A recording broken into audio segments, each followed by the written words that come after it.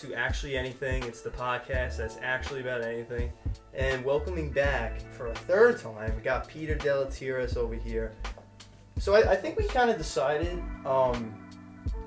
if you'd like, you could be my co-host on this show. I would absolutely love to be the co-host show. I am honored for you to join the team, bro. Wait, hold on. This is a deal that has to be made in blood. You just get it. Oh yeah, just like cut my fucking throat. Like at this point, I kind of want to with all this crazy bullshit that's been going on. And you know, it is a new year. Happy 2022. Mm-hmm. I don't have much complaints so far, but you know, the world is still kind of falling apart in its own way. Yeah, right. But you know, we try to stay optimistic about the way things are going. You do. not every day, my man. But you know, I understand that you can't make, you know, every episode that they have. There's going to be times where I'm still going to have like a guest and Peter's not going to be there. But so I guess I would call you a co-host in the sense where, hey, I want to film. Everyone's busy. I can't really get anyone to come on. No guests today. So I'll invite my co-host and we can just basically give everyone an update if they don't know what the hell's going on. Or just what's going on in our lives and how we feel about things happening right now. So no, yeah, and we also have definitely similar interest on like potential guests that we would want to interview together. Exactly. Like we have a band, they're called Scum Shots. There's 4 of them, right? Nick, Ricky. It's Nick, Ricky, Jamie, and Mike. Yeah, 4. Right. So we might set that up soon. It'll be there'll be like 6 of us. But we'll see what we could do, you know? I think we can make that work. Or if you could interview them by yourselves, I know. Or at least like 2 at a time, maybe. Yeah. Ricky, Ricky, Mike, and Jamie, I'd love. I'm close with them. So it's just I know a lot about them already. So there's so many people I want to have on, you know, and I'm sure you have like plenty of friends. Like on the last show we did was already like almost like 2 months ago, dude. Yeah. November. You had 2 friends on, Paul and Josh. Joshua. When you watch this. I'm sorry, I forgot your name, almost Josh, but no, I call him Joshua. I never call him Josh. I usually call him Josh or Joshy. But besides, yeah, that was a good time. But yeah, you know, it's been a minute. And this is the first show of the new year, so that's why I'm excited to be doing this again. And what's new with you, bro? How you feeling? Nah, man, same, shit, different day, I guess you can say. Yep. It's just, I just regret not going to DC. Well, most people, people who have been keeping up with the videos, New York has already implemented the vaccine mandates, and we pretty much can't go to, I think we touched up on this in the last interview, but we pretty much can't go anywhere unless we show proof of being vaccinated. And there's been a lot of, there hasn't been that much blowback, but the blowback that has been occurring is loud. The best I can say. Absolutely, And that's with the New York Freedom Rallies. That's the group who's been organizing protests that we've been going to. And yeah, like City Hall, and just we'll walk through. Sometimes they went to Times Square like a few times, right? That's the best. Yeah, that to me, and it's interesting. I'm gonna bring that up. I'm gonna be on V Outside. It's this girl's podcast. She's active. Yeah, she does a live podcast on Instagram, right? Yeah, and she'll have people join in on the live video. Yeah, she was a business owner that that her business was struggling. She owns I think a pole dancing business. It's not struggling. Yeah. But you gotta hustle out there, you know. Yeah, and it just sucks that her business, I think, took a heavy hit like a lot of others. Because it's kind of like a dance. Yes, obviously, most people, when they think of pole vault, they think of strippers, obviously, in a strip club.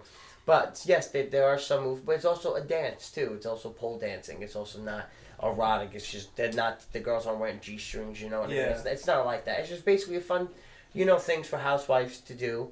Or, like, girls to learn how to, like, pole dance. But it's not erotic. It's not like they teach you how to be like it's nothing like that. And she's kind of, her business kind of went down a bit? Or yeah, just, I from what I've heard her say, it's just, I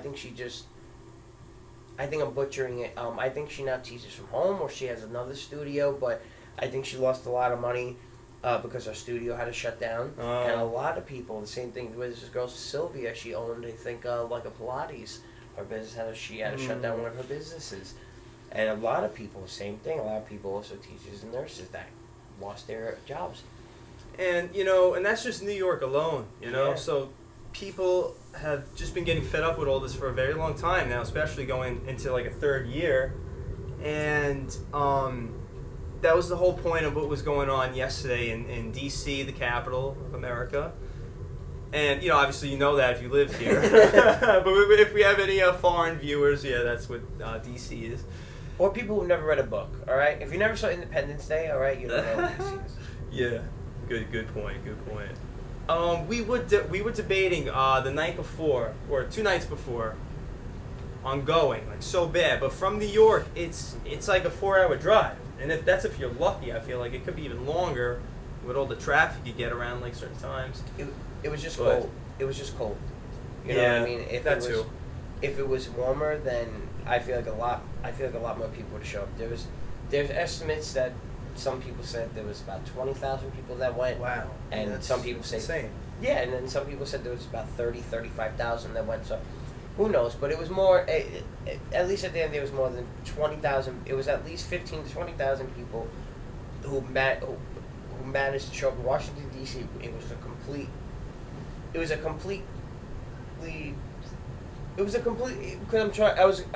I don't know if it was completely grassroots funded, because I don't know what other organizations do money, so I don't want to say that was a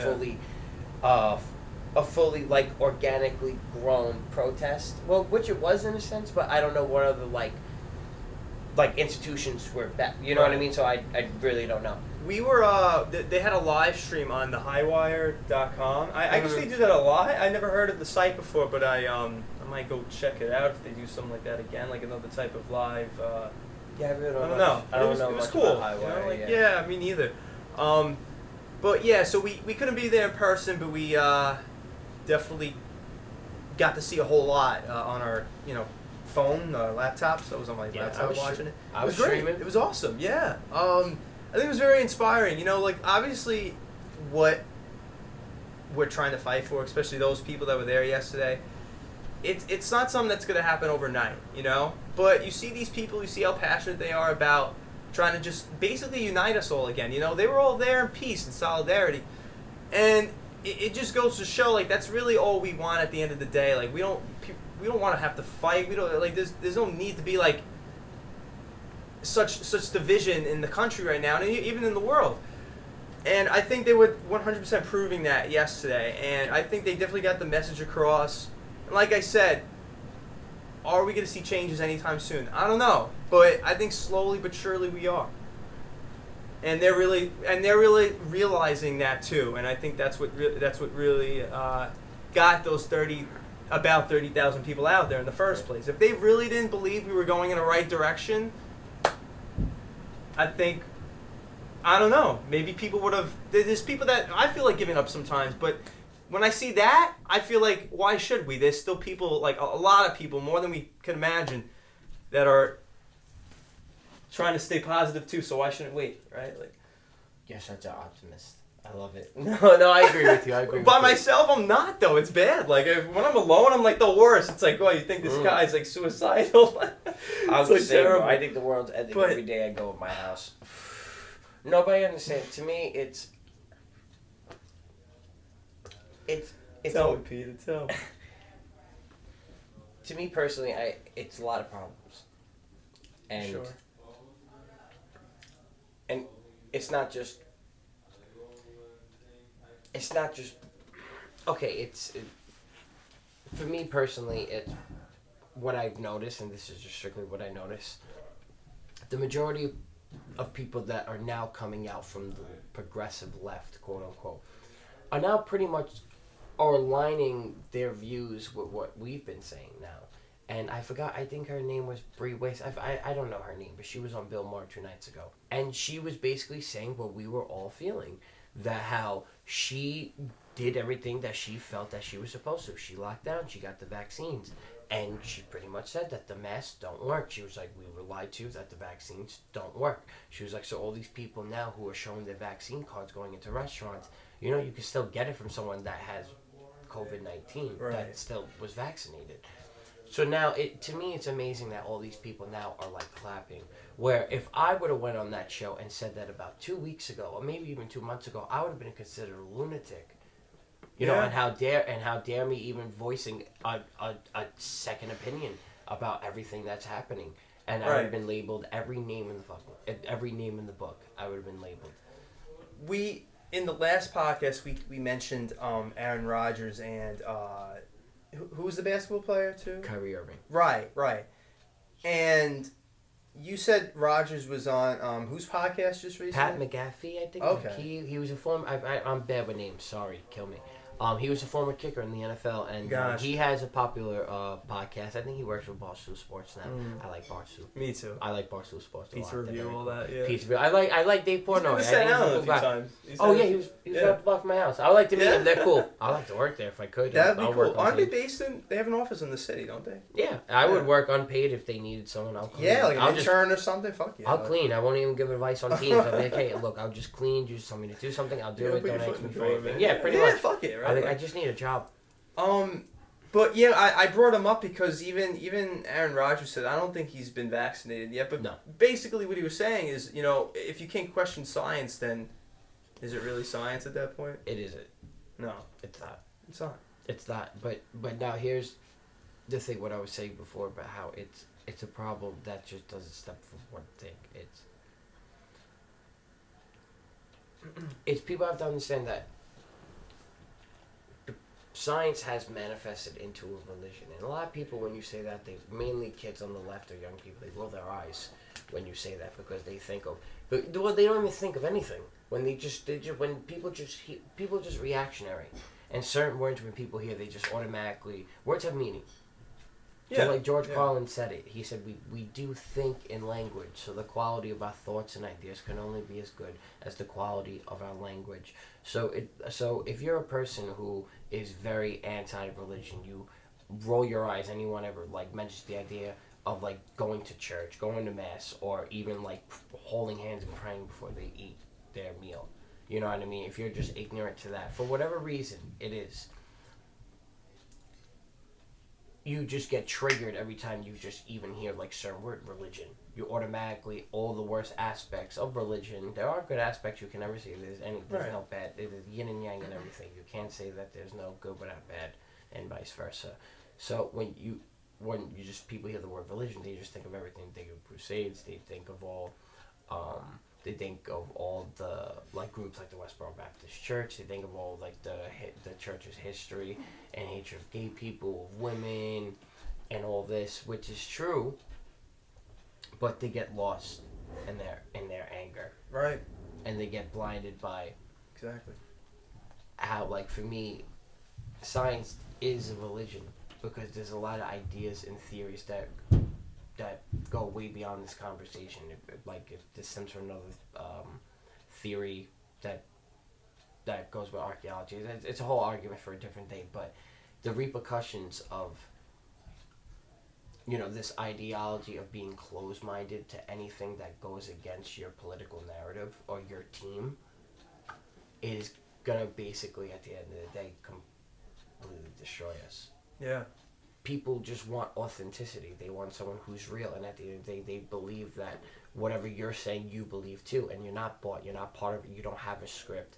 You don't have any type of corporations lobbying money towards you. You know what I mean? You're not just a spokesperson for the establishment. Right. And people vibe with that. Real recognizes real, and I'm a firm believer of that. And so now, what the one thing that has baffled me is talking to people who are open-minded to hearing the other side of our argument about like not even just like, for example, the whole thing with the lockdowns, but regarding the Great Reset and everything. It's like, for example, my one friend who's very open-minded, who it's like this, okay? I have friends who say, okay, show me your proof. And you could show them, like, the Davos group, you could show them everything on the World Economic Forum and all their pages. You could show them Klaus Schwab to his book and basically his interviews talking about, you know, the fourth industrial revolution, how they're using COVID to implement this new fourth industrial revolution. And they see everything, and then they say, well, what do you expect? This is just the natural progression of humanity. Because now... Progression, that's what they want to call it. Yes, but I agree with them to an extent. Because at the end of the day, human beings are eventually going to merge with artificial intelligence. That's just I think inherently what we're just destined as a species to do. Did you see that video recently? They got this robot at some sort of convention, and people are like talking to. Obviously, it's like programmed. Maybe there's this one like talking for it, but it's still everyone's making like iRobot jokes, you know, because it looked like it, and yeah. No, because it's true though. It's like Detroit Become Human. No, but that's it's a great game though, but a little scary. It looks like a great game, but the problem is that's where we're ultimately headed. Yeah. And the problem is no one wants to address the elephant in the room because there's too many companies that are going to make billions of dollars off this. And MetaVerse, Facebook, the MetaVerse, Facebook, but it's also all these Silicon Valley tech heads. Because most of these people have visions on how they want the world to be, and they have the money, and they have the influence, and they have the power to reshape the world to whatever their image is. And I think you take all that and you put it away. I feel like regardless of their influence or not, human beings are destined to do certain things, evolve in certain ways, which I believe that regards towards artificial intelligence. But I think we have to evolve as a species to a certain point where we don't let the artificial intelligence literally take over every aspect of what it is to be a human right, like we being. shouldn't have to rely on it. Exactly. Yeah. Like how you were saying before, how they have that company in Sweden that people have been putting their COVID passports in them. And for years people thought that was a good joke and a conspiracy. And like you have this one British talk show called Talk Radio. And this one woman, her name Julia Brewer something, and she was basically saying, she was like, look, I don't buy the conspiracy aspect of COVID. She was like, I just think it shouldn't be mandated. The problem is she thinks it's lunacy with the microchips, but then you can sit here and say, well, no, that it's not actually, and you're misinterpreting what people are saying. What people are saying is there are these new technologies that are now going to be unlocked to battle, and people are going to say it's going to combat in public health, but most people who are afraid of, let's just say, certain governmental security apparatuses and the NSA, the CIA, the M16, they have a history of either creating situations in which they can use to manipulate to their advantage to create new laws that slowly take away our freedoms under the guise of public health or national security. And now this is what's happening now with the COVID passports. And now people are saying, yes, you could be hyperbolic, then the government's not saying in Sweden that, you know, they're putting the COVID passports in you, but it's just the idea that there are companies and tech heads that, you know, are investing in these companies that are getting government money, that's a problem. Yeah, because at the end of the day, what do you think they're giving these government contracts for? Because eventually there's going to be some people, if one person believes in something, a million people do. Yeah. It is what it is. If one person likes something, a million people like it. That's why that's what I'm saying. If you're a musician out there, you're a band, or if you're in a band, or you're a songwriter, some sort of artist, some sort of art or anything, if one person likes your stuff, a million people can like your stuff. But you have to put in the effort to have it heard. You have to market yourself. Remember, art at the end of the day is a business also. No matter how much you want to say it's not, and you could be the biggest maverick in the world, and you could say, no man, I don't do this for the money. Bullshit. It's about the money. And that's coming from someone who loves to write and the craft of screenwriting. But I'm just in my infancy of what I know, and I'm just trying to get better at it. But the problem is it's hard. It's hard because now I can't work in film. Right now, in New York. Right now, even in LA, I can't. and people saying, why do you give a shit so much? And that's what bothers me, because my life changed. Your life didn't change. You've had a good job. You work in the medical field. You're a cop. You're someone who works for the government. You're someone who you still work at home. You still live at home. So you don't know what it's like. I have a friend. I'm not gonna drop his name, but he does like welding, and I brought up to him and some others about people going to protest in D.C. and how I was thinking about it. And he was saying, hey, instead of doing that, you're kind of just wasting your time. Try to go look for a job. It's like, yeah, but that's easy for someone like you to say. He has a job that doesn't require him to get vaccinated, and he's already doing his basically a career at 25, while there's people who got fired from their jobs if they're working there for 20 years because they didn't get vaccinated. It's just, he's coming from a different perspective. To me, like I said before, change isn't going to happen overnight, but doing something is better than nothing, you know? Like, those are people who are going to have to... How is it a waste of time? Like, how could he say that? Because they don't understand what the aspect of what protesting is. Yeah. It's about the fact that the biggest problem is, because they don't know anything about the Yellow Vest movement. They don't understand how that organically manifested. Because the biggest problem is not people protesting. They don't know where to go protest. People want to be heard. People want to have their fucking problems be heard and addressed. For sure. Okay? And so, basically, people like that have to be humble when they get told, I told you so. When basically, you know, their fucking door gets kicked in. You know, by the state. And that's what they're going to realize. What's going on in, like, Australia? That's what, but here's the thing. Australians, they're people who really don't care about freedoms. They don't, there's most people that do. I guess Canada too, right? Oh, Canada, I said Australians. They got lockdowns in Canada again, right? Like, yeah, they do, but at least they're fighting back. Their truckers are. True that, yeah. Well, but the thing is, it's sad. There's so much I want to say. I want to bitch about how they just sit there and they criticize. Anytime you criticize Australia, they say, "Oh, but look at you guys. Your kids can't even go to high school, or they get shot." Well, you know what? We have our problems, but at the end of the day, I'll tell you something. Those same guns, you know, are the reason why that we don't have as strict and harsh as like you guys, like you do. Exactly. And don't get me wrong, I hate like crazy like hardcore gun people, because at the end of the day, Second Amendment. How okay, we have the Second Amendment. What did that do? Patriot Act was still, you know, enforced. Government still reads all our emails, and some cities still have lockdowns. And I don't have a gun. Right. So like, how much does it affect me? I don't have a, you know, Second Amendment could mean nothing to me. It means nothing to me. I live in New York. You know, but it's just the idea, just in case if anything ever happened, I know living in America, I can easily get access to a weapon, and it just sucks.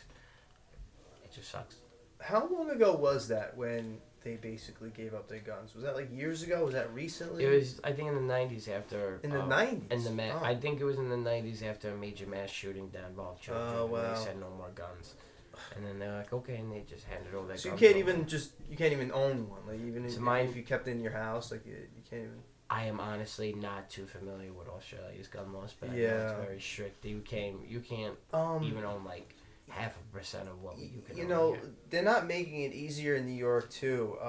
The new governor, basically made it so, like, you can't have one almost, practically. And then you have the new mayor, Adams. Who's a cop himself. Every time he sees, like, a shooting happen in New York, which, like, yeah, it shouldn't be happening, but people are always going to find a way, you know, to get a gun, especially, like, criminals, whatever you want to call them, right? So when you're taking them away from, like, everybody now, even people that are responsible with it, like, know how to actually use it for the right purposes, whatever. I just left. Now, like, we're not going to have a gun to protect ourselves from people who are going to get it anyway. Like, they don't give a shit. I just laughed at when people say there's too many guns in the country. You know what I say? I say, really? I don't have one. Yeah, me neither. That's how I know there's not too many guns. Because I don't have one. If anything, there's too many fucking assholes in the country. No, there's no. What the problem is? There's too many. No, here's what the problem is. There's too many cops that take dirty guns that are from evidence rooms and then they sell them back on the street. There's too many weapons manufacturers that sell there's people who work in like gun manufacturers that that sell guns illegally from the company themselves, and then you also just have like some people that buy like a lot of guns at like loopholes. There's a lot of people who buy guns from gun shows through that loophole, and yes, there's certain things that could be changed, but it has to be very reasonable. But at the same time, I think in my mind there's already too much gun control, and that's a very controversial subject because of the fact that you have all these cities have the highest that the cities like New York, like Chicago, they already have the strictest gun laws in the country. Right, and yet they're like the top in like shootings. Yes, they have the highest amount of gun murders and gun rates and gun violence rates. But people say, well, they get their guns from Indiana, but still, that has nothing to do with Indiana. I think it has a similar thing to do with like drug use too. Like there's some states that basically most drugs are legalized. But then you had New York, who was always kind of strict with them. But then we have how many overdoses in Staten Island, alone. Well, that was a manufactured drug crisis, and a lot of people don't. It's funny, the same people 5 years ago that were lambasting Big Pharma are now like this. Now they all could be spokespeople for Pfizer.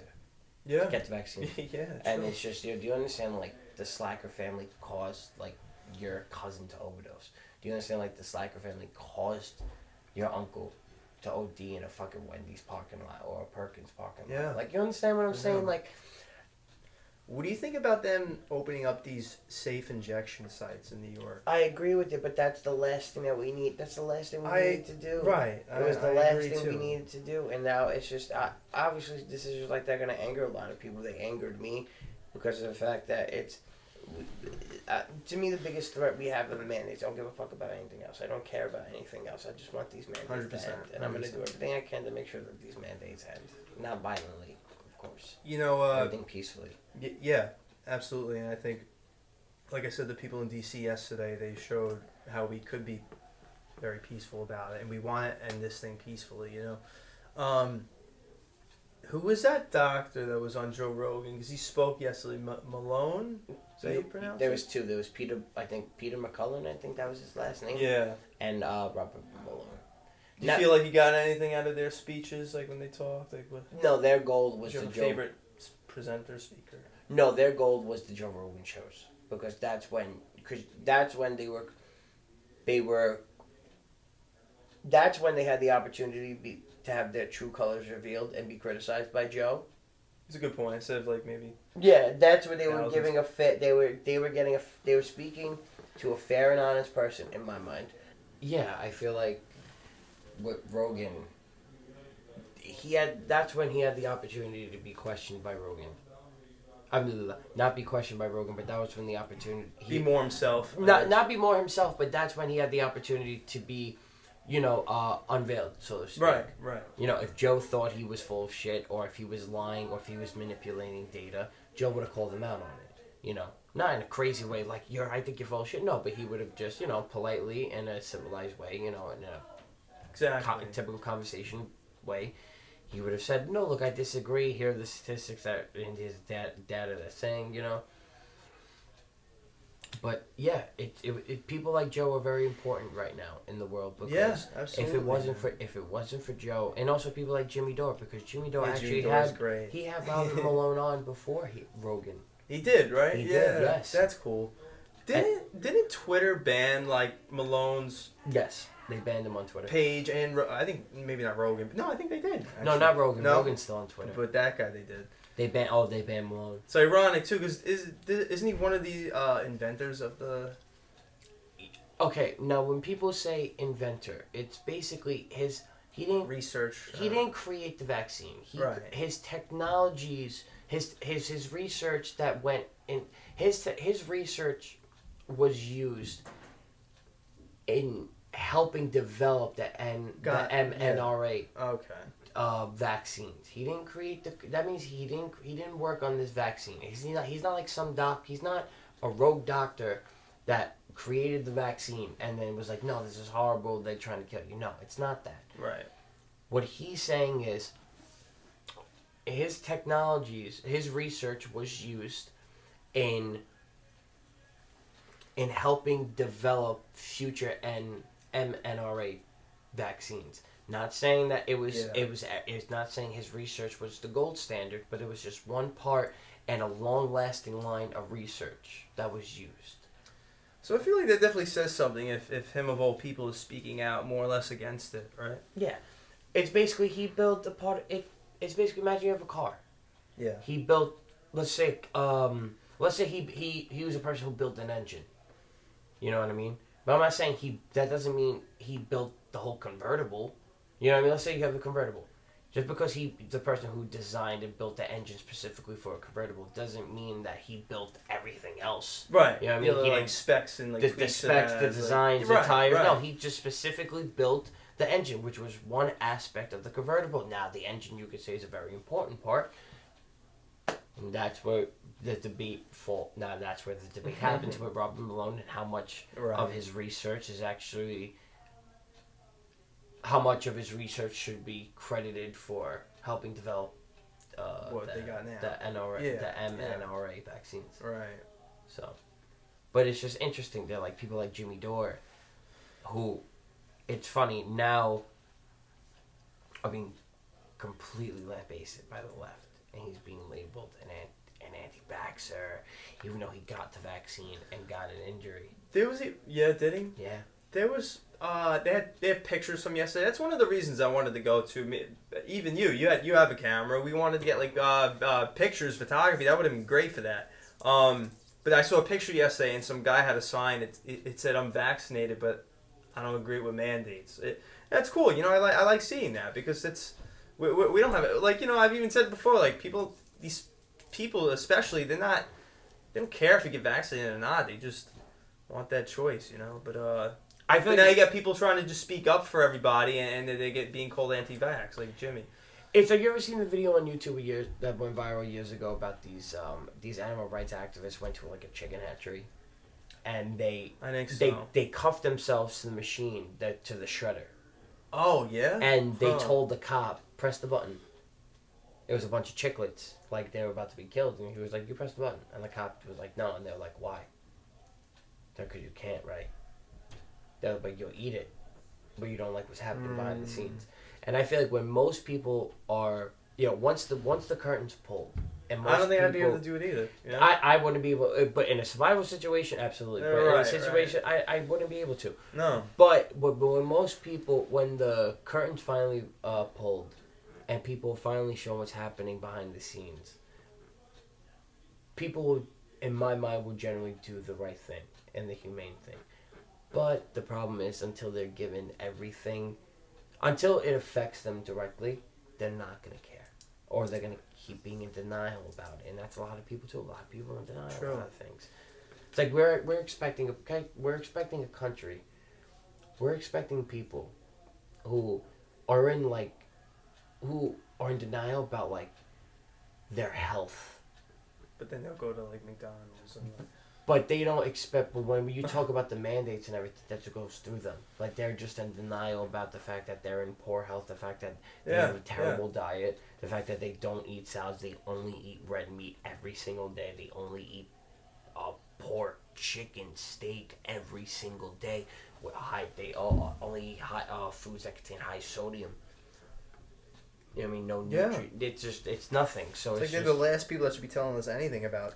Exactly, but then they're the poster child. But these are normally the people who are at protests, who are screaming at us saying, "Get the vaccine," or "We're unhealthy." They put masks when they walk past us. They see some of the signs, or they hear what's going on or what the protest is about. They put their mask on, walk past me, and like I get offended. I saw that they took it off when he walked away. I do, and I get offended because of the fact that I really don't. But it's just I'm sitting there. I'm like, I'm probably healthier than this person. Like there's some people who are, you can clearly see that I'm like they're in great shape, but then there's most people that walk past you, I can just say, okay, you're I'm like you have 2 necks, you have elbow fat.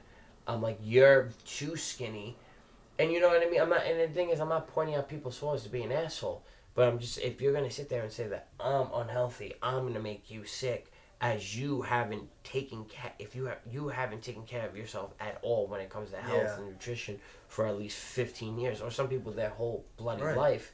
So, excuse me if I'm going to come off very brash about the fact that I can't go into a restaurant now. I can't go into a movie theater. I can't go into a museum. 9-year-olds can't go into a museum or they get arrested. Oh, I saw that. Yeah, the Natural History Museum. Yeah. Yeah, the girl Gina. Imagine that, bro. And like they're too busy focusing on that instead of like catching real criminals and people. Yeah, and really quick, if you deserve it. Yeah, and if you're a person that says, "Oh, don't take your kids to protest," first of all, I went to a bunch of BLM protests and I support police reform, but there's a lot of people who brought their fucking kids to BLM protests, so I don't want to hear that shit. That's true. Second, going to a museum is not a protest. That's just more, people could say, testing the waters, or seeing where your boundaries, seeing what the boundaries are. But still, no. At the end of the day, going to a museum to go see art, that's a museum that's fucking publicly funded. So no, excuse me, that if I don't think that you're right in saying, oh no, don't bring your kids to protest. Yeah, and usually museums aren't that crowded anyway. You know what I mean? It's not like you're like that on top of each other on a museum. No, but it's a publicly funded museum. Taxpayer dollars go to that museum to keep it, to maintenance it. Yeah. So it's the fact that the people who are fucking having money taken out of their taxes to go that fund that fucking museum that can't even go in it now because they are not vaccinated or they just don't want to show proof of being vaxxed. It's not fair and it's not right. Like before you know it, they get up like the parks department, like not let you into the parks until you show that's when they get hit. Card, that's when they get hit. I'm sorry. I'm not saying I'm hitting them, but that's when you're just gonna have people hit them. You think, excuse me, you think all those homeless guys that shoot up heroin in Washington Square Park, you think they're gonna ask them for vaccine cards? Or you think they're gonna, no? You think all those kids who are skating? No. Because they're in the park, because at least I think then the kids at NYU are going to be reasonable. But like, hey, we're outside the park. I know. You know what I mean? I think then they will be like, okay, this is... But the thing is that also will help. Making people uncomfortable. A lot of people... There's how many people I know... How many people do you know have never been uncomfortable a day in their lives? They have no soul, I guess. Not even so, but I'm even talking about even like the most mundane things like have to go their way. Like even like the certain way they drive somewhere, like certain blocks they use. You know what I mean? They can't be traffic on this block. Right. You know what I mean? Oh, I want to get this parking spot. They just a lot of people want to act like nothing bothers them, but they're usually bothered by the most things. Yeah. No, but most people who bother when they don't get their way, and there's some people who just always they just have to do things their way. They can never be inconvenienced. People are too comfortable. They love their lives. Too, yeah. You tell me during COVID, people didn't love their lives more than anything, or at least showed people didn't love their lives so much. Right. People were getting paid to stay home, getting fast food delivered to them, and they had Netflix and video games. And they go work from home. People had no reason to leave home. Mm-hmm. I'm sorry, one of those people. I have to go out. I love life too much. I love the world too much. I love this planet. I love this species. I love human history. I love human culture too much. I feel like there was so many people, a good amount out there that were listening to like what the TV was telling them too much, and they were like avoiding seeing their friends and family and stuff. And all right, maybe I did that for like a little bit, but then it got to a point where it's like, if I'm gonna get through this, I need to be talking with my friends and hanging out with them and help each other get through it. And now when I look back, if I like tried to play it safe like they were telling us, I don't know where I'd be right now. I'd probably be in a worse position than you know what I mean. Like my friends were helping me get through this whole bullshit this whole time and still do. Well, I wish I could say that for myself. I got to huge. I no longer don't have a lot. I don't have friends anymore. I don't talk to some people anymore either, and I thought we were gonna be friends forever. I lost 90% of my friend group, and that's all on me. And I take responsibility for that. And I know there's people who are gonna be watching. Like, I get the anger, man. I understand. You know? But it's not. No, but it wasn't. But here's the thing. It wasn't anger. It was anger, but you have to hear me out. It was, I have most of my friends, besides being musicians and like being, like artists, I always figured them to be independent, and always thought them to be, I always took them as to be critical thinkers. I was always the one that was a conspiracy theorist, I liked using tinfoil. I used tinfoil as a fashion accessory, you know what I mean? So, they were just completely shitting on and criticizing every single person that was against the mandates while they were still hanging out with 10, 15 people during the lockdowns. And I didn't hang out with them, not because I was scared and didn't want to get COVID, but it was just the fact that it was the hypocrisy. I couldn't be in that room. I couldn't go hang out and drink with them because I was just saying to myself, I know people, I have nieces and nephews that can't go to school. I know people who own businesses that they don't know what they're going to do. I know people who've lost their jobs, and I knew what was happening. I knew what the world was going to come to with the vaccine mandates, the passports, and everything. They thought you were crazy. And they thought I was crazy, and at the same time, they were criticizing the guy who owned Max Public House, saying, "Oh, the guy Danny shouldn't have been open." As one of my friends was talking about, "Oh, let's have a Friendsgiving with 30 people." This was in Thanksgiving in 2020. And I'm saying to myself, I'm like, yo, you want to have a Friendsgiving with 30 people? I'm like, but then you're telling people they can't have their businesses open. I know. I'm like, as you live in a mansion? Like, a lot of my friends are a lot of my friends either come from good families or they have good jobs that they can either work from home and they have pensions, or they work for the government, or they work for the city, or they work in the medical field. And it just bothers me that most of them are privileged, and they deny that fact that they are privileged. And they're going to sit there and they're going to say, no, people have to stay home. You don't have kids. Or some of you still live at home, you know. So you don't know what the fuck the real world is like. And most of them honestly don't know what the real world is like. I'm not even talking about my friends. I'm talking about mainly kids. And it all comes down to like denial too. Maybe they do see what's going on, but they just don't want to believe it. You know. Like, no, but most kids they don't know how to deal with conflict at all. Because most of the things that they've dealt with hasn't really been. Yes, it's problems, but it's not real problems. It's first world bullshit problems. Right. Like for example, like most kids on the left are all on antidepressants. Why is that? Why? I know a lot of people who are on pills. I don't know why they are. Why? Because your life. So I understand that. Okay, you have a bad relationship with your parents, or one of your parents passed away, or you have whatever your problems are. Trust me, I know. I've had my own problems. I had my own relatives die. I know what it's like to lose people. I know what it's like to be in a bad terrible. situation People are mentally. dependent on shit they don't actually need. Like. But never have I thought ever in my lowest that I needed a pill. I've never thought that in the worst time in my life where I felt emotionally, where I felt vulnerable. I never thought for one second I need a pill. I need an antidepressant.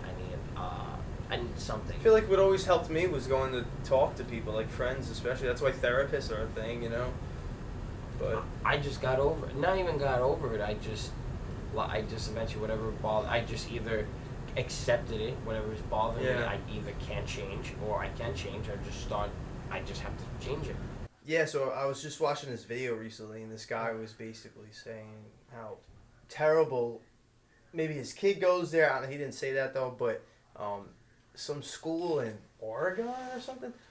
The kids in their yearbook photos, they're all wearing masks, and he's like, look how basically like disgusting, like how like awful this is. Like there's no reason. I heard I think even Jimmy Dore saying it. Transmission is very low, like even at schools, you know, like. No, amongst children, it's very very low. Yeah. The one problem with me is when people argue mask. They say, look at Japan, like, for example. And I just hate to break it to people, but Japan's not an open and welcoming society. They're Especially like tourists, right? No, Japan has a very racist element to it. Does it? Really, yes. They look, black people become tourist attractions in Asia. Let's just get that out of the way. Like, it is. They don't look at black people as human beings in some parts of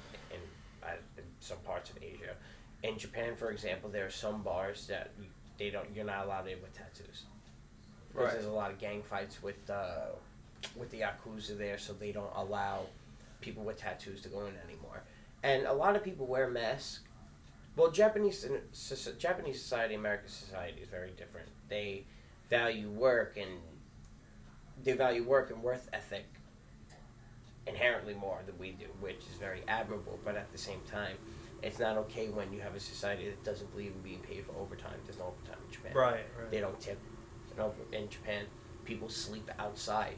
Like you'll see businessmen in suits just sleeping on park benches and people Wow.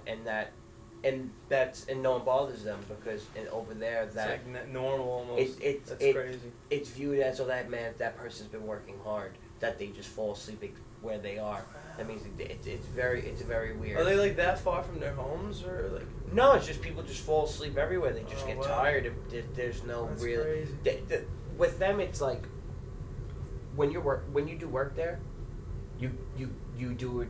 What you put everything you have behind it, because it's your work. Why wouldn't you want to do your best?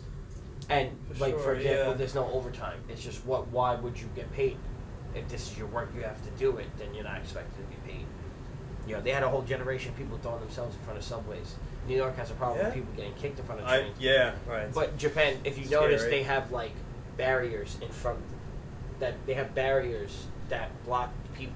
That block people from going by the rails. Really? You can't see the rails. Surprised they don't have that here. They're probably gonna start fucking doing it though. Yeah, probably, but still. But Japan has its problems the same way they're very obsequious to the government. Yeah. And that's just in their that's just not. I'm not saying in their nature, but I'm just saying that's just their country specifically. They follow these old world traditions. I'm not saying that's a bad thing or a negative thing.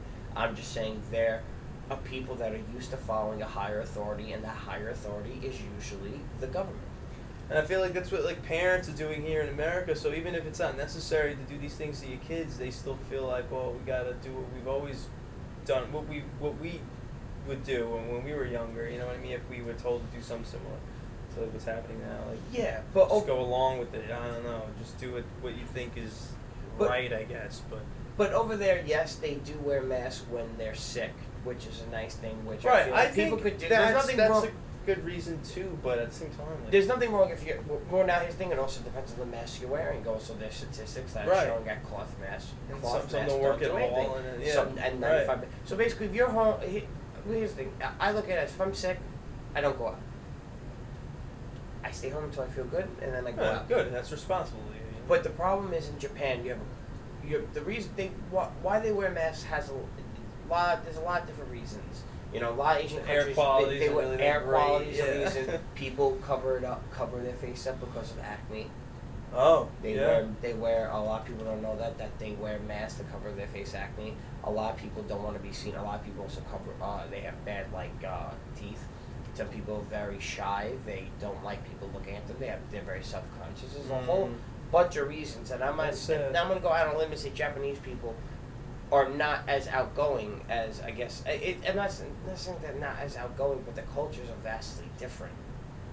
They're not as open. You know what I mean? There's a lot of people who felt like, there's people who are in America who definitely felt the same way someone in Japan who's felt, and they're self-conscious, they don't like the way they look or whatever their reasons are. They decide they want to wear a mask and conceal themselves. They don't want to be seen. Right. And there's a problem with Japan. They have something called hikikomoris or hikikomoris. There's a group. It's basically their young people who are depressed and they don't leave their house. It's like their version of hermits. Oh, okay. But they have like millions of people who haven't left their house in years. Oh, especially after like this whole thing. No, not even though. Oh, just like in general. Like people who haven't left their house in like 20 years. Wow. And it's a problem. That's no way to live, man. Their youth isn't having sex. There's this weird fascination that Asian people have with white people. I don't know if people want to point that out. Why do you think all the anime characters look white? In my opinion, I feel like Asian countries, in my mind, have been indoctrinated, in a sense, to favor certain, I would say cultures, or fuck it, I'll just say, I feel like they just appease white people. Asian cultures just want to appease white societies. Yeah. And you could say it's racist, you could say it's economically beneficial for them, whatever it is. But it's not okay when you have a bunch of young Asian women that don't want to sleep or have kids with an Asian man. That's a problem inherently. And another problem, another problem that arises with Japan, most of these, and a lot of Asian societies, they're homogenous. You know what I mean? They don't really have any other. Most of the immigrants that they have are other Asians. Yeah. You know what I mean? They're not. These societies aren't melting pots, like in certain cities in Europe or America, for example. It's very different than immigration process compared to here. You know what I mean? And even the whole lifestyle of being an immigrant is vastly different than being an immigrant in America, than being an immigrant in an Asian country. It's very different. Very different. Better or worse? No, America here is better. For sure. It's better, yeah. 100%. They're getting paid to come here, aren't they? No, I'm not saying. No, I'm not saying they Mexico. get paid. No, but just the. You know, people say, you know, people can roll their eyes when they say the American dream, but the quality of life, I would say, is vastly different. Yes. For sure, yeah. It has its pros and cons, like every every other place, but people still come here at the end of the day. You know what I mean? There's much as they want to maybe talk shit about it. Yeah. Yeah. Don't get me wrong. There's certain cultures, there's certain aspects and cultures of some societies I'm never gonna get because I never grew up in. Now that's just right. It is what it is, and the same thing could be said for people in Korea. There's certain aspects of American society which some people probably just are not gonna get, and that's fine and that's cool. But just remember, at the end of the day, that you know, for as much evil that plagues this country, or as many problems that we have, it's still a place where most people give up European, like British citizenships to come here, which is a huge risk. Yeah, a lot. They don't talk about that. It's a risk. There's a lot of. Well, it's different. You already imagine like being an immigrant. Oh, good point. And you go like, because you have a lot of like people who go from like India to London. Yeah. In Europe, they want to come to America, but you can't have a dual. You have to pick. So some people give up their British citizenships to come over and be Americans, and that's already crazy. Just the fact that True. and just for being, you know, an ignorant American and saying this, but you living in Europe has a lot of benefits, you know. Oh, and I wouldn't say being an ignorant American, but I would just say like living in Europe is, I would say, there's a lot of benefits to where you're immersed in different cultures. You can travel to different countries. You know, you could take it like a 45-minute train ride and be like somewhere completely different in Europe. You know what I mean? Yeah, true. It's a completely different experience. But in America, it's funny. You go. I had a cab driver once who was, I think he was Ukrainian or he was Russian, and I was like, yo, I want to go to Russia because I want to meet a Russian woman. He's like, go to Queens. He was like, what are you nuts? He's like, they're all here. Yeah. He's like, you want to go to Russia? Take a half-hour drive. That's what he's saying. Yeah. You want to go? He's like, you want to go to Russia for a woman? He's like, you go to Russia. He wants to go to the homeland, you know, like where they're bred and born, I guess. Yeah. That's funny though. But it is. It's true, yeah. With yesterday, is there anything else you wanted to talk about? Like any opinions on it? There has to be a double. To me, I feel like the most beneficial thing is marching, because when you march, they didn't get to do that, right? No, they did. They actually marched and then spoke, right? But it wasn't really. I'm talking about marching in the streets, right. Like what they do in New York. Yeah. Because that's when you really. Because that's when, in my mind, it gets very human. Because that's when you're seeing people literally standing up for what they believe in, and they're engaging in, you know, civil disobedience, and that's when you see people saying, no, we don't want the vaccine. True. Here's why we don't want it. You know what I mean? And there's some people who don't know what to. There's some people who they'll just stare at us, be like, what are they doing? Yeah, but it's also good to know there's some people who feel the same way. Yeah, they'll cheer us on, or sometimes you'll see people start walking with us. And there's definitely and there's 100% people I've seen, like, just even overhearing conversations, like when we're marching or just like standing and having a protest, they say like, yo, I thought I was the only one that feels this way. And it's good for them to know that they see hundreds and sometimes thousands of people march through the street. Who was that one guy? He just screamed something random to you and you were like, what? Do you remember that? Oh, he screamed go home fascist. Yeah. And he didn't know. I was on the sidewalk, and they didn't know I was part of the protest. I got off the street and I walked on the sidewalk. It was right in front of Union Square Park. Right. And it was like these two hipster kids, and they screamed, go home fascist. And I turned around and I screamed something along the lines of, I'm like, wow, I'm like, this is the most diverse group of fascists I ever seen. I'm like, you have Muslims, Jews, Christian, Catholics, atheists. I'm like, wow, so diverse. Exactly. And I look at the kid, I'm like, you're a fucking retard. I'm like, and then I walked away. And you could kind of associate that with yesterday, you know, like people are being labeled as this and that, but meanwhile you have the most like you had like the most diverse group of people there yesterday. You have white, black, Hispanic, exactly, Caribbean. You had every. So how could you label them as this and that when it's not? That's not what's going on at all. Like, because here's the thing, don't you know black people could be white supremacists now? Yeah, basically. See, it's bullshit like that that's gonna cause the left to destroy itself. It's already happening. Because now the progressives are gonna destroy themselves. Here's the thing I want to elaborate that most people don't know. What is it? 11 swing states in this country. I think around that, give or take. Now there's 20 countries. Wow. There's 20 states. I think if I said swing, I said swing states right. I think I did. Fact check me if I didn't. It's okay. But there's at least 11 swing states in this country. Yeah. And there's already 20 states that already created laws against having vaccine passports.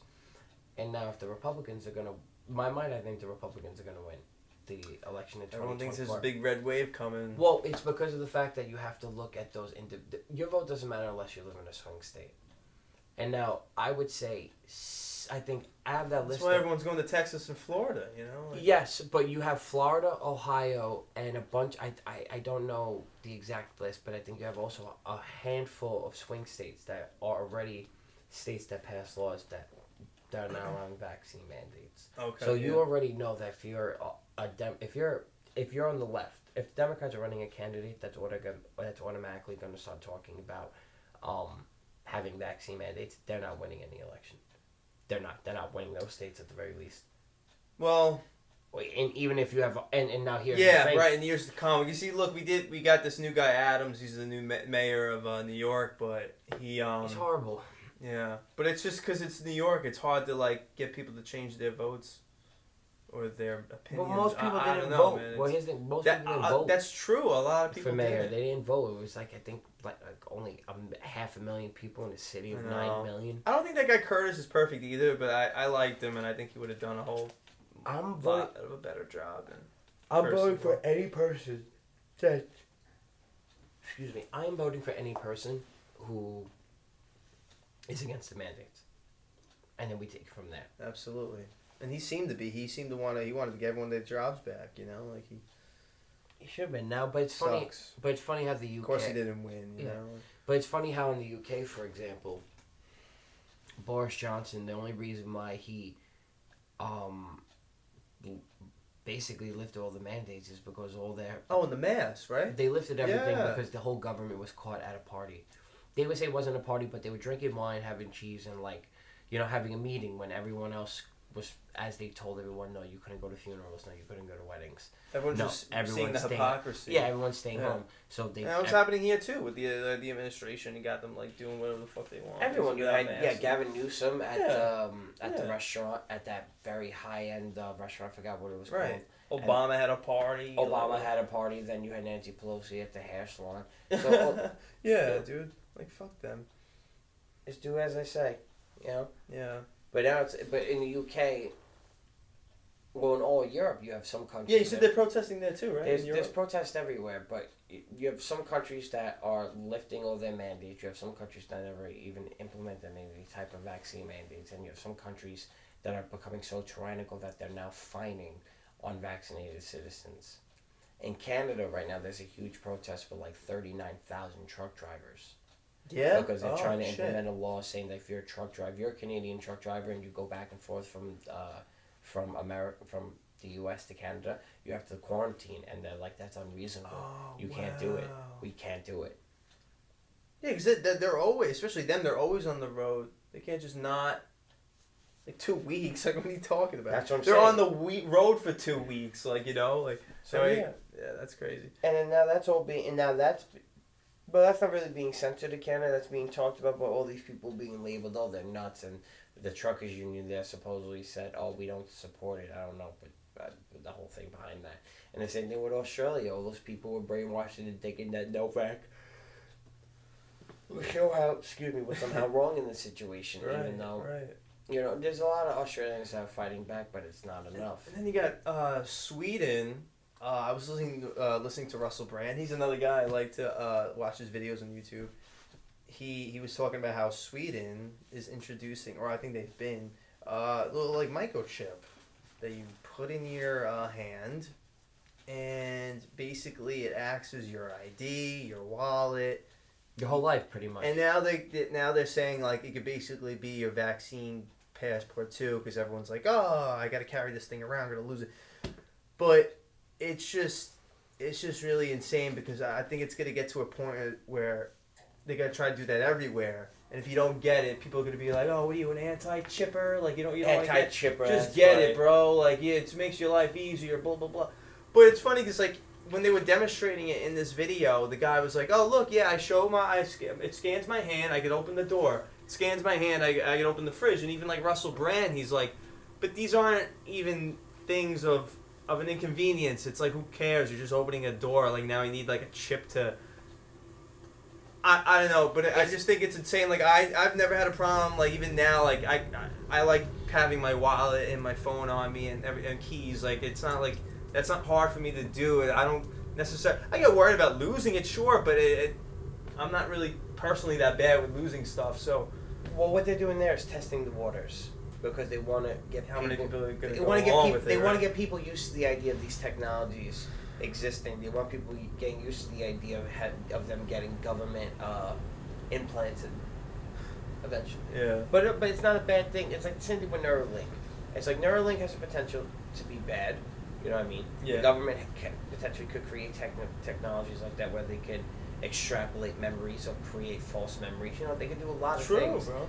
But at the end of the day, it's also are we gonna risk of all the amazing things that we can do in the science of prosthetics? Right. You know what I mean? Or the idea of curing cancers and all these diseases. And yes, I do believe governments withhold certain technologies and medicines because it's more profitable to treat people than cure them. Yes. Right. But we have to hold these people's feet to the fire, and we're not doing that. It's all Americans are too comfortable. You know, but also there's a lot of people who live in other states where none of this is happening and they don't give a shit. And they say, well, you voted for this. Well, guess what? I didn't vote for this. That's why technology is, you know, because think about like when we were kids and over like the course of 20-some years, like how much technology's changed, you know. So, I am excited, especially when I see like that movie Ready Player One. I'm excited to see like what we could get out of like making like this metaverse type oasis kind of place. But if it's in the wrong hands, like that guy in the movie, Norman Sorrento, it could be a terrible fucking place just for profit and corruption, you know. And I also get worried too that like, especially like how kids are now. Like my next door neighbor, great kid, but even his mom is like, well, he kind of just spends all day playing video games in his room, doesn't leave his house, doesn't have a lot of friends in the neighborhood because it's different. No one really goes outside anymore like we used to, so it's hard to socialize and all his friends are basically online. He probably doesn't even know what some of them look like, you know, like I don't know, but it's just Well, it's hard for kids to go outside when all your parents are just when all the parents today on this island are basically fucking QAnon supporters who brainwash their kids and thinking that everyone's a pedophile and everyone wants to rape your kid. Newsflash: not everyone wants to have sex with your kid, okay, folks? True. There's a lot of people who do. Don't get me wrong, but not everywhere. Yeah. Just keep one eye out. All right. I agree, man. It's fucking you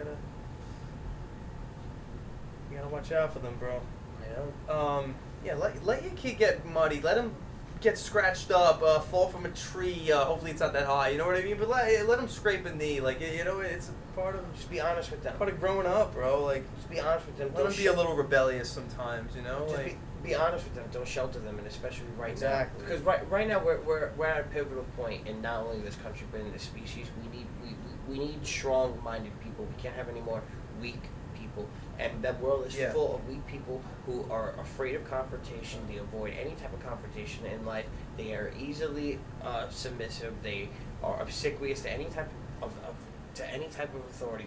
And right now, it's the most right now it's vital to talk to your kids and explain to them what's happening right now in the world. And if it means that they can't play certain sports, or it means they can't go to certain schools, or they can't go into certain restaurants, you have to let them know why it is that they can't do these things, and how you have to establish that these certain rights, that there are inalienable rights that exist that are never under any circumstances supposed to be infringed, and how we can't be accepting to the fact that at any moment that these quote-unquote rights, well, I think they're privileges, but anyway, these things that are supposedly guaranteed by the Constitution and the Bill of Rights, they can't just be easily, butchered away from us. Yeah. And the problem is, most parents are afraid to have this conversation because a lot of people think they're uninformed. You know what I mean? They're afraid to speak out because they don't think they're intelligent enough, because they didn't go to high school. They have GEDs. Now's the time to be completely honest with your kids. You know? And let them know, and tell them, like, just be honest with you. Just if you told your kids flat out, look, the world is heading towards a dangerous place, where how we reached a point where we were never in a position where we had to show our vaccination statuses to go in to restaurants. This is a whole new thing for us, and this is very scary, and we don't want the world to head in this direction. And you have to explain to them how, there comes a time where you have to explain to them what being a morally good person is, and a prerequisite of that is having principles, is having a certain standard of conduct that you're never going to break. Yeah, for sure. And that has to be instilled in kids, and the way to do that is you have to teach your kids to have a certain level of confidence, to respect themselves mostly, you know what I mean? Not raise them to be sheltered and have fragile egos where at the first sign of any type of conflict, they don't know how to handle it. And I just think, back with the mask thing, I feel like when, especially in elementary school, one of the best things is just seeing your friends, your teacher, your colleague, smiles, facial expressions, and then they're being deprived of that, and it's just, it's not cool, man. It's very sad, and depressing. They should not have to live their life this way. I can't imagine. Imagine if this was going on in the '90s, bro. It's hard because, well, I feel like people wouldn't have accepted the lockdowns. They wouldn't have, because people, I believe, were just more rugged back then. Yeah, I think so too. But there's also a problem with that. It's the information would have been as easily accessed to counter it. Basically, the government narrative would have been the only narrative. We wouldn't have FOIA documents. We wouldn't have access to certain websites, so the information would have been a lot harder to get. But now, since we all have this, we have computers in our pockets, it's easy and social media, it's easy to communicate with people on a... It is. On it. It's a blessing and a curse. Blessing and a curse, That's what I'm saying. It's a blessing and a curse, but we have to use this to our advantage, in which people are. And people, you're right. To stay connected, keep each other informed, And that's the thing. You can beat the game as long as you know what the rules are. Then eventually you could just start making your own. Because once you learn that there are no rules in this world, except the ones that you give yourself, life is 10 times easier. When we were watching Jimmy Dore before too, he had his guests on. They were talking about how they keep lowering the age in which people can get vaccinated. Now I think it's 2 years old. You know what I mean? Mm-hmm. And he's saying, I feel like the more they try to keep doing that, the less people are gonna want their kids to get it. Maybe isn't that what he was saying? Yeah, he would something like that. Max, it was Max Blumenthal. He was just basically saying that parents are eventually going to grow more and more not only hesitant but skeptical. Resistant. Yeah, for sure. They're already skeptical, but the problem is they keep changing the definitions of what it means to be vaccinated. They're already going to make sure they're already going to label you unvaccinated if you don't have the booster. We already know that's coming. So the one thing is the people have everything that we need to have. Not an argument, but we have everything that we need to prove the government wrong. It's like, for example, the NCAA changed their rules on what it. So basically, the NCAA said if you're a player that got COVID-19, they changed their winter schedule.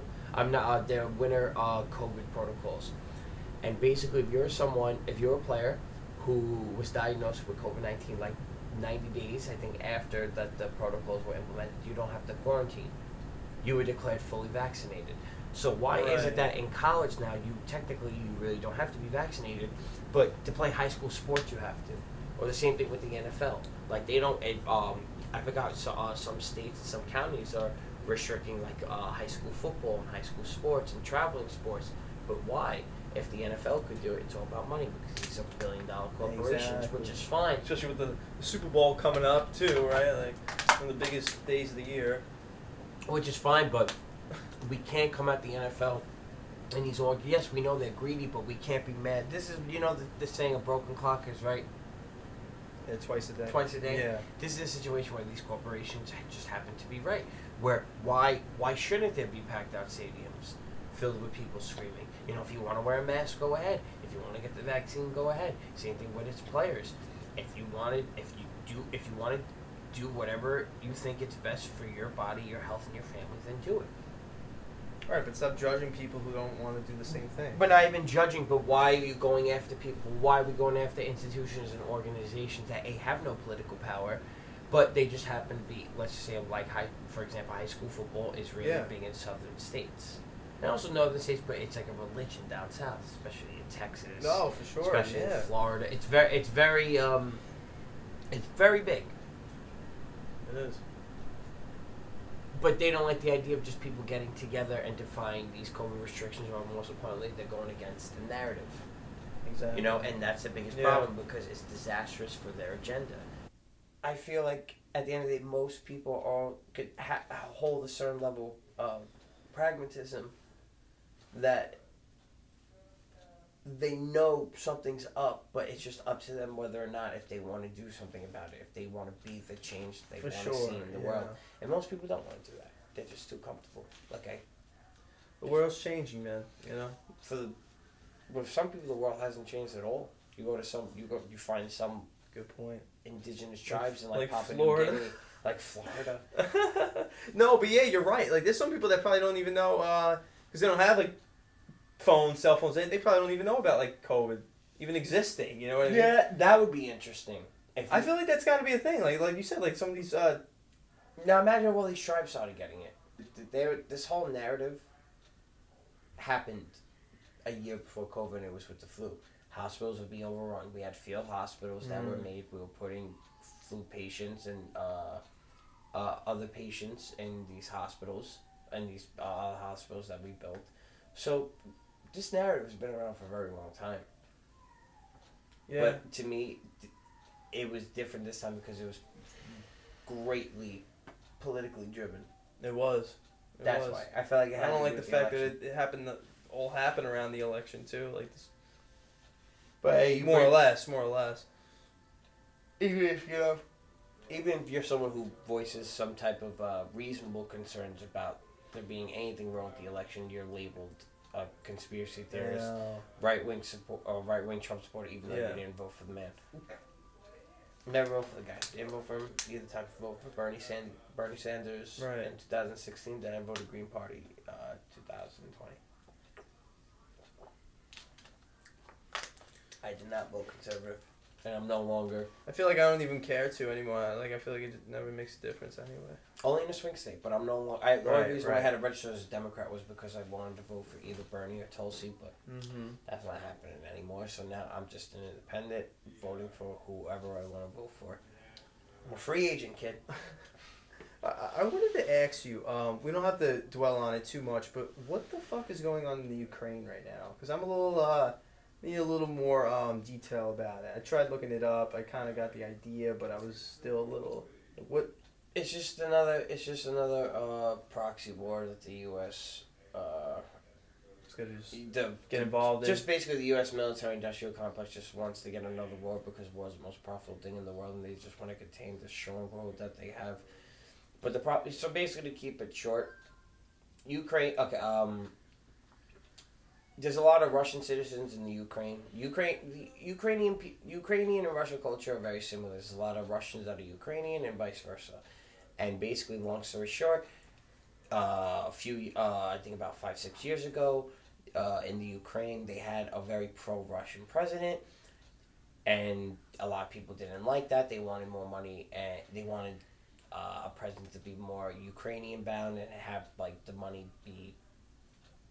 They wanted the country's money to go towards the Ukraine instead of Russia, and some people call a manufactured revolution from the West in America, and also just intrinsic protest. There was a revolution in the country.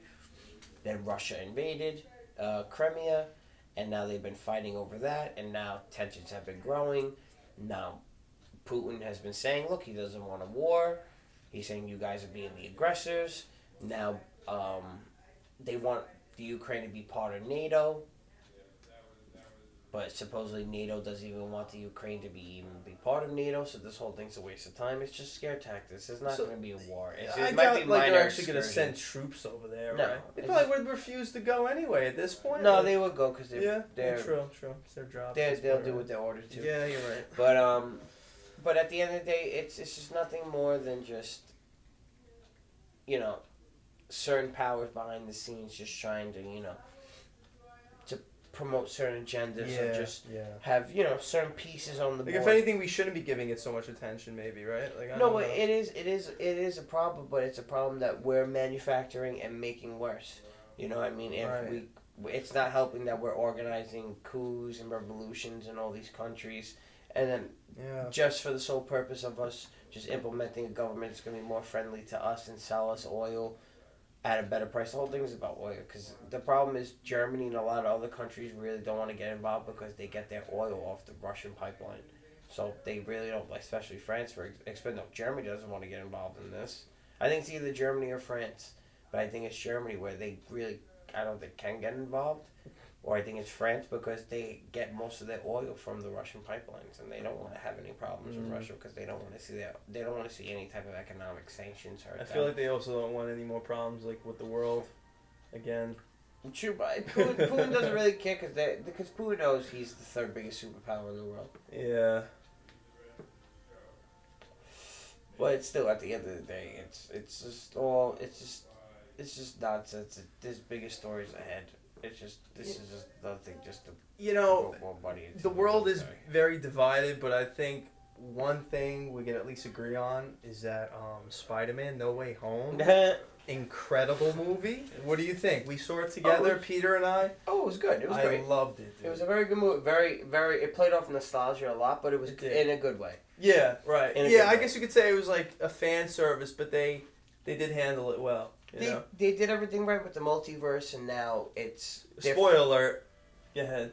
No, but obviously, if you didn't see it at this point, you're living under a rock. But yeah, it's the whole multiverse... Right. Thing. No, it's the whole multiverse storyline. They brought back Tobey Maguire, Andrew Garfield. Andrew killed it. He took the spotlight. They were all good. It was great. But I remember you were saying I agree with you.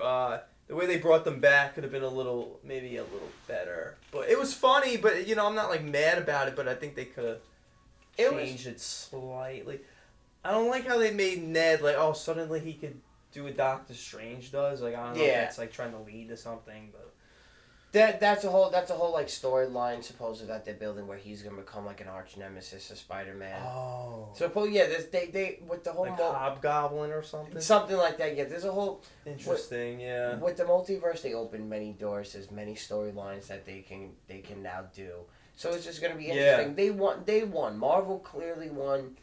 They're obviously, when it comes to movies, they did it perfectly. They have the patience. They built up that 10-year hype from Iron Man 1 to Endgame. It was the biggest. It's still one of the top grossing. Is that the right word? Yeah, it's one of the highest grossing films. Yeah, but they executed it right. One of the most important aspects of life is execution. And they did it right, and they had the patience, and they knew what the fans wanted, and they delivered it to the fans. Yeah. But it was just it's kind of, now this is like a little crazy, but they kind of knew exactly when the fans needed it. You know? Yeah, right. They gave it to them exactly. They did. It was slow. You know, people like it with Vaseline. You know. You know, I wish like we could go back to the days though where there wasn't like so many people talking about like predictions and what they expect from the movie, because I feel like it 100% ruins the experience, because you got people coming up with all these things that you're like, oh, that would be sick, that should happen, like 100%. There was even, and I was like stupid enough to listen to them, plot leaks, and people were talking about what happened in the movie. They didn't happen that way, but when you're listening to it, you're like, oh please, I hope it goes out this way, because this was like really sick. Some people, like, I'll be honest, like they just came up with it on their own, like they had to have, because obviously it wasn't a real plot leak. Like some people like are really good writers. Like if it happened that way that these people said, like I would have been happy with that too, you know what I mean? But it definitely ruins the experience. You know, like I love the movie, but then there was times where I was like, oh, I kind of wish that happened, because someone put that in my head that it could. But it, like I said, it really didn't ruin the experience for me. I love the movie. I'm even thinking about seeing it again. And yeah, I think, what do you feel about that? To me, it's funny. I was always my own biggest like spoiler, because I would always watch a trailer, and then I would watch it again. But then like I would pause it. I would break it down. You know how you ever seen those like they break down the trailers? Yeah. I used to do that. I wish I recorded myself doing that. But that's what I used to do. And when I would go into a movie, I would say, well, I know the movie. I would kind of say to myself, well, I know the movie's not almost over yet because I didn't see this scene in the trailer. And then like getting older, you realize, oh, there's certain scenes that are in the trailers that obviously that are not in the movie that get cut. Mm-hmm. But ultimately, they're still like some of the most scenes in the trailer. Most movie trailers you see, the scenes in the trailer, they're most of the time they're in the movie. Yeah. You know what I mean? So that's how like I would know it's like, okay, I don't think the movie's over yet. Oh, I still didn't see this. Right. Scene. And then I was. But Marvel kind of has to alter it because of how many people come up with like theories and stuff. You know, so they have to like change the fucking trailer, and that's not really something everyone does. But Marvel in particular, because there's such this huge fan base, like theorists and like. You know what's funny? I watch a lot of these guys. They're cool. You know, some of them are they'll break down even like after like episodes of like Hawkeye and Loki. Like there's people that like will talk about things that like I 100% missed in the episode, like Easter eggs, and I love these people for doing that because they're really like so on point with that shit, and it's cool to like get their perspectives, and you're like, oh, I didn't think of it that way. You know. My thing is, me personally, I would always get it. Like, I would always most likely figure out the twist before it happens. Yeah. And I would always ruin it for me. So that's the one thing that kind of helped me, like, when it comes to screenwriting. Because I want to try to create movies where if I'm, you know, trying to, like, implement a twist or something like that, or a crazy, like, gotcha moment, I want to try to create it in a way where, you know, people like me who like try to figure it out, or people who really like when they watch a movie they really pay attention to everything. They're really film buffs. I try to, you know, find a way, you know, just I sprinkle it in a way that it's not easily guessable. Yeah. You know what's funny with Marvel too? I feel like while you're watching the movie, because like, you know, like Marvel is a continuation. Like it's constantly like, oh, what's going to happen now, like when the next movie comes out. But I feel like while like people are watching the movie, they're already like having predictions of like, oh, this is probably going to explain why this is going to happen and that. And it's cool, you know, in a way. Like you got Doctor Strange, the Multiverse of Madness, you know. So he played obviously a very big role in Spider-Man, and now it's very curious. Like I'm very curious to see like what's going to happen in this Doctor Strange movie. What I kind of like is I'm definitely going to be going into this movie more with an open mind. Like, I haven't been doing as much deep dives into it. I'm sure you can find plenty out there. But this is going to be more of I think, like an open book for me. I'm going to go into it like, just hey, like it could go any way, and I'm not really sure how, but I'll probably like it either way, right? One thing I did hear, though, I guess this is kind of like a big thing, but it's possible that they might be bringing back, like, a lot of old Marvel characters, like the old Blade, the old Fantastic Four.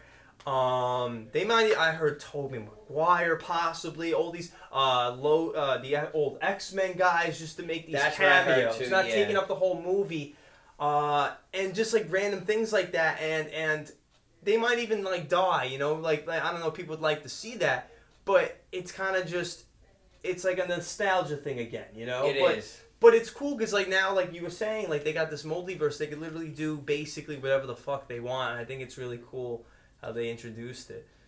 Realistically, if DC wanted to fucking team up with Marvel, they could start. You could have Batman and Spider-Man. That's what that. And I would love that, Batman and Spider-Man, like together. They're my favorite too. That's what I feel like. Eventually, it opens the door for, and we're gonna be. At this point, I feel like DC needs Marvel, and we're gonna be we're gonna be gray by the time that happens.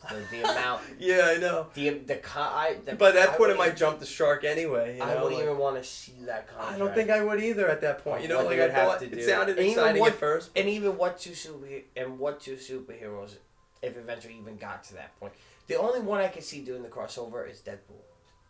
Because Deadpool's in both. Deadpool's in DC? And is he? And he jumps and Punisher, yeah. Oh, is he? Oh. Deadpool. See, that too, he would be great to bring into the Marvel universe. I can't wait for that. What can save, in my opinion, what I think can save DC is if they just start making. I want to see at the end of the day, comic book movies. So I want to see a comic book superhero movie based off like for example, one Batman movie I would make would be the one issue where it's only one issue when the Punisher came to Gotham to kill Joker. That's bananas. Punisher kills everybody, and then Batman defends Joker because he can't. That you can read that comic on YouTube. It's nuts. Yeah. So I would like to see a movie just on that. It's just that one Batman meets Punisher. You know what I mean? And that would be that movie. That would be cool. That's what I want. Yeah. That's what eventually what I want to see. There's this whole thing like Batman doesn't kill people, right? I think they're trying to make him a little more darker. Like in this new movie, it doesn't look like Robert Pattinson's holding back. Like it looks like he's not. He's like beating the shit out of motherfuckers. Like he might as well be dead. It should have been rated R though. Is it not? No, it's PG-13. But are you sure about that? They officially Dark Knight was R though, right? No, Dark Knight was rated PG-13. All right, so then okay, but those were great. So those were great, but that was just. You think you'll be able to top it? I don't know. Depends. Tough. It depends. They said this one's gonna be. It's like 2 hours and 49 minutes. Yeah. It's very long. Okay, I don't. If Spider-Man was longer, I would have liked that too. I have no complaints with shit like that. They said this is like a detective movie. They said this is gonna be like a Batman movie where it shows his detective skills and not mainly his brawn. Cool. So I'm excited. Who's playing the Riddler again? Do you know? If I'm right, I think Jim Carrey would have been a good. I love Jim Carrey. I think he would have been perfect for that. Not anymore. I think he's a piece of shit, but back in the day. But I think it's the kid from Little Miss Sunshine. I think it was the actor in Little Miss Sunshine. He was the brother with the glasses who was a mute who wanted to be in the Air Force. Oh, okay. Oh. That's a great movie if you've never seen it. I don't think I did, no. Oh, it's hysterical. But yeah. Cool, man. Yeah, we definitely got to go see that, you know. No, 100%. Yeah, and going back to Spider-Man, it was just really cool to see Tobey, especially because we grew up with him, to see him just come back, reprise his role with these old actors like Doc Ock, the same actor. What's his name in real? William Dafoe. Like it was very just like well put, you know, like it. Okay, there's some things that I wish were different, but at the end of the day, like, it was just a great Spider-Man movie, you know?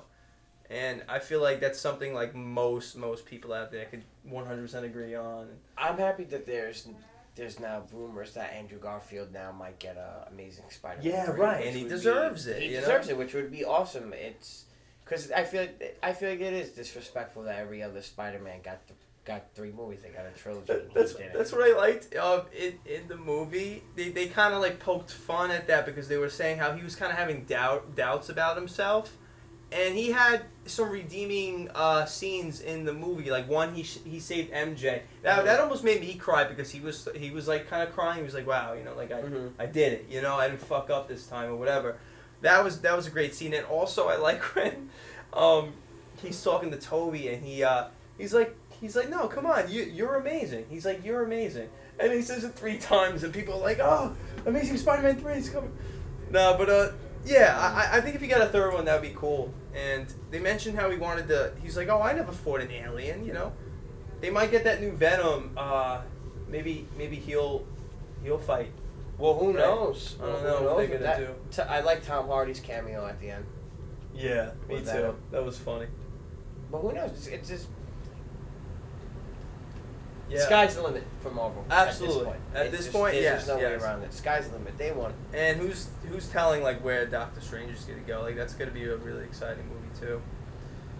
It's just going to be interesting if they do X-Men. I would like to see them, even if they got new actors, which I'm sure they're going to do at some point. That'd be really interesting, fun to see.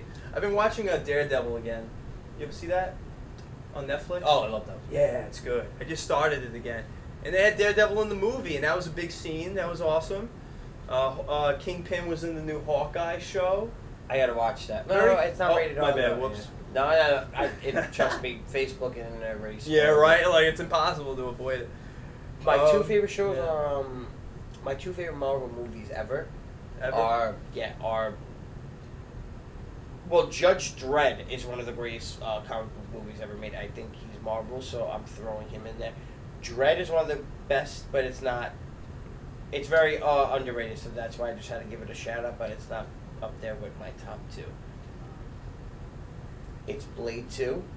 Okay. And they're trying to bring him back. Also, I know that. I'm a huge Wesley. Yeah, Morbius. Also, I think they have like a comic together. I saw that. I'm a huge Wesley Snipes fan. Yeah, Jared Leto's cool too. Like, he's cool, yeah. But Blade 2 and Logan. Logan was good, yeah. Logan's one of my favorite movies I've ever seen. I think my favorite, but it's also because I'm like a big Spider-Man fan. Spider-Man 2, I think that was like one of the best Marvel movies ever made with Doc Ock. One of them, at least. It was great. Spider-Man 2 is great. I love 1. I think was just 1 is to me the best. The first original Spider-Man with Tobey Maguire is the best. Yeah, because William Dafoe is just so iconic as that character. Like really, it was perfect for that. I like that. Some people are really born to play roles like Ryan Reynolds and Deadpool. Oh yeah. Yeah. Well, funny enough, the writer I think who created Deadpool actually based Deadpool on Ryan Reynolds. Did he? I think so, actually. Fact check. Better than Green Lantern, I guess. Yeah. So Peter, I think we covered a lot today, as always, like we usually do. I think we covered a lot of ground. Yeah. Everything that happened in these past 2 months, I think we covered most of what we wanted to unload and discuss, right? For now we just until now we refuel up. Now you know what I mean. Exactly. Now we get all the hate generating back up, the anger, the blood, the sweat. God only knows if nights. he comes on in like another 2 weeks or whatever. Who knows what's gonna happen in the next 2 weeks? Who knows? I could be in the gulag. The gulag, like in fucking Call of Duty. Literally, I'm just being dread. Yeah, it's possible. Funny thing about that, I've tried playing Warzone. I like Warzone. I always suck at that gulag part. I mean, I basically just give up. At that point, like, just fucking kill me. I'm not good at, like, I'll throw the rock. It's like, oh, yeah, I'm over here. It's like, yeah, like, fucking that's stupid. Worst. The gulag Terrible. is the fucking worst. There's so many times that I just got pissed of how I died. I just quit. It's like, well, I just quit. I'm it's like I don't even deserve a second chance. Like. Nah, you just fuck this game, and then I throw. Yeah. No, but that and PUBG. No game has ever given me. I've never played, but I heard it's good. No game has ever given me an online experience like PUBG. Yeah. When you're in the final 10, I could probably get. Wait, can you hand me that laptop? Yeah. Can I get PUBG on a laptop like this? I think it's maybe. No. They got it last year. Like I don't know. Do you have Steam and everything? It's got a touch screen, so I feel like it's like sort of advanced, like you would think. Do you have Steam? I don't know. Probably not. What did it say on here? Probably not. No, you got to download Steam and everything. If you get a lot of fun games on Steam, very cheap. But that's how a lot of kids play. So you got to get a good computer that can hold Steam. Yeah, because I'm not like, no offense, like to people. I don't want to spend all this money on a PC. I feel like it is the way to go nowadays. But one, I don't really play video games like that anymore, and two, it's a big investment, to build one up and. If I had the money, scratch if I had the money and time, I would have. Sure, yeah, maybe I would too. I would have an insane PC and playing games. I would 100%. It's definitely awesome, especially like the graphics and. I play GTA Online a lot. That's what I do. I just can't wait for GTA 6. Yeah, at this point, what I don't like? They made the definitive version and the 1 to 3 remake. It's like they're just stalling at this point. Like I already have them all, so I don't care. If you spent $60 on. Well, don't get me wrong. I bought the Mass Effect remaster, but that's my favorite game. Right. That's my favorite game in trilogy of all time. But if you're a person that literally spent mad money on the GTA games, you're crazy. The old ones are completely better. Even I agree. Even GTA the storylines too. GTA 4 is a better playing game than 5. The mechanics are completely different. Oh yeah, they are. You can't even pick up anything in GTA 5. No. And Liberty City, you could pick up this laptop, this cup. There was a little more detail with things. Like, you could shoot something and it'll break in certain spots. Oh, but then, like, in GTA 5, it's not, like, the attention to detail isn't there as much. It's, like, kind of weird. It's almost like a little bit of laziness, Like, no, all completely. It's gotta be.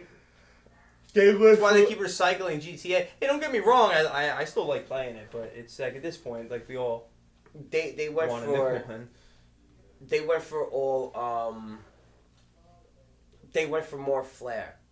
Yeah. Than actual substance with the game. Just the idea that you that you can play first person and change things. You know what I mean? I know, yeah. The driving is kind of cool, but I loved it. It is but good. What they expanded on, they got lazy in other things. Like, for example, the fighting mechanics were way better in Liberty City. It actually felt like you were really taking part of a street fight. Mm-hmm.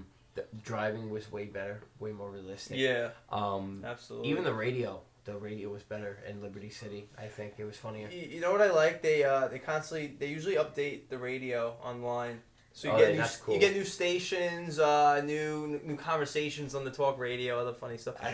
Talk radio in that game, I wish we could have that in real life. I guess you could just go on Sirius XM for that, but like, who wants to really like fucking pay for that shit? They had Opie and Anthony on the old games, and Did they? Yeah, I want Joe Rogan to be on it. Yes, that would be great. Or Tim Dillon. If Tim Dillon or Joe Rogan got, you're like shooting people in the game, and like Joe Rogan's like, hey, have you tried DMT? You're like, what the?